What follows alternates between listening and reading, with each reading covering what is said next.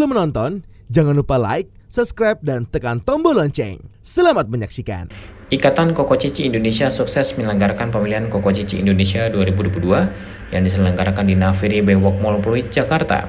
Finalis yang meraih gelar tertinggi di kontes paling bergengsi di Indonesia ini, yakni Alvincent Aprilino dari Provinsi Daerah Istimewa Yogyakarta sebagai Koko Indonesia 2022 dan Natania dari DKI Jakarta sebagai Cici Indonesia 2022. Selain Koko Alvincent dan Cici Natania, ada 4 pasangan finalis lain yang juga menjadi pemenang, yakni pemenang kedua diperoleh Koko Adriel Geraldo Elim dari Provinsi Nusa Tenggara Timur dan Cici Natania Kezia Setiawan dari Provinsi Jawa Timur. Kemudian pemenang ketiga diraih Koko Simplicius Leandro Okotan dari Provinsi Jawa Barat dan Cici Novera Angelina Sunaidi dari Provinsi DI Yogyakarta. Selanjutnya pemenang keempat didapatkan oleh Koko Federico Lee dari Provinsi Sumatera Selatan dan Cici Natasha Daniela Japri dari Provinsi DKI Jakarta. Dan yang terakhir, pemenang kelima disebut oleh Koko Vincent Giovanni dari Provinsi DKI Jakarta dan Cici Stephanie Bernadette Reski Rudi Wijaya dari Provinsi Sulawesi Selatan. Ketua Paguyuban Sosial Marga Tionghoa Indonesia Willianto Tanta bersyukur pemilihan Koko Cici 2022 dapat dilangsungkan yang sebelumnya sempat tertunda karena pandemi COVID-19. Willianto berharap para pemenang dapat menghasilkan karya terbaik untuk bangsa dan negara sehingga nanti ke depan dapat menjadi pemimpin bangsa agar dapat memberikan kontribusi positif kepada bangsa dan negara. Willianto menegaskan PSMT sebagai organisasi induk dari Ikatan Koko Cici Indonesia siap memberikan dukungan dan bimbingan kepada para pemenang. Pesan saya kepada pemenang nanti, mereka adalah generasi bangsa pelanjut yang mana putra-putri tadi kita lihat mereka masih muda-muda. Ini adalah mereka semua nanti akan menjadi pemimpin masa depan untuk bangsa Indonesia kita ini. Tetap bagaimanapun Koko Cici ini kan bersama dengan Paguyuban Sosial Marga Tionghoa Indonesia PSNT ya. Yang seperti tadi mereka sudah 20 tahun di bawah binaan PSNTI. Dan kita juga melihat anak-anak kita ini semua pada nurutlah kepada kita sebagai orang tuanya gitu. Kita sebagai orang tua support full kepada anak-anak kita semua ini. Kalau saya melihat ini dampaknya pasti ada. Seperti pada hari ini kan seluruh media mengingatkan ya, baik Metro TV, MMC ya, Eljom. Jadi media ini perlu karena yang mana memberikan informasi kepada seluruh daerah, seluruh Nusantara yang kita cintai ini. Dari TV juga ya. Harapan kami acara ini tetap berlanjut.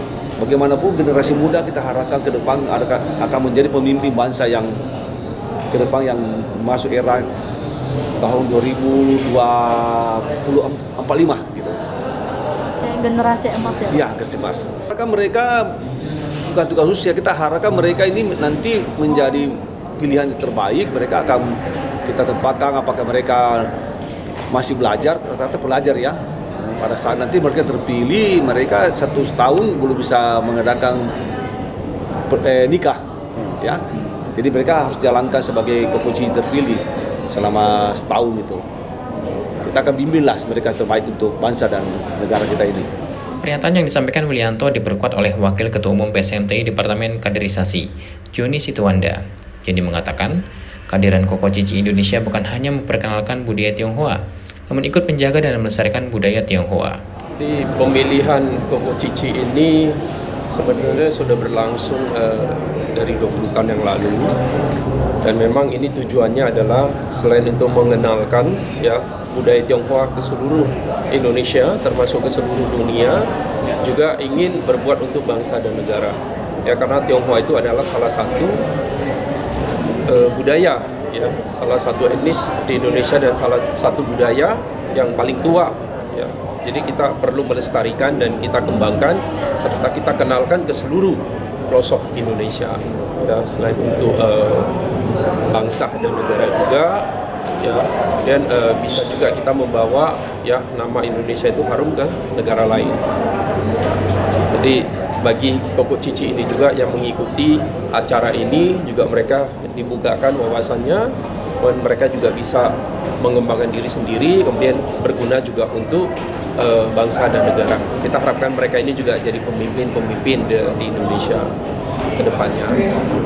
Jadi untuk pemenangnya kita sudah siapkan ya beberapa fasilitas ya. Umumnya bisa langsung ya mendapatkan biasanya pekerjaan ya ataupun bisa melanjutkan sekolah mereka bagi mereka yang inginkan, bisa ke jenjang lebih tinggi S2 atau S3. Ya, kemudian ada beberapa fasilitas juga yang sudah disiapkan.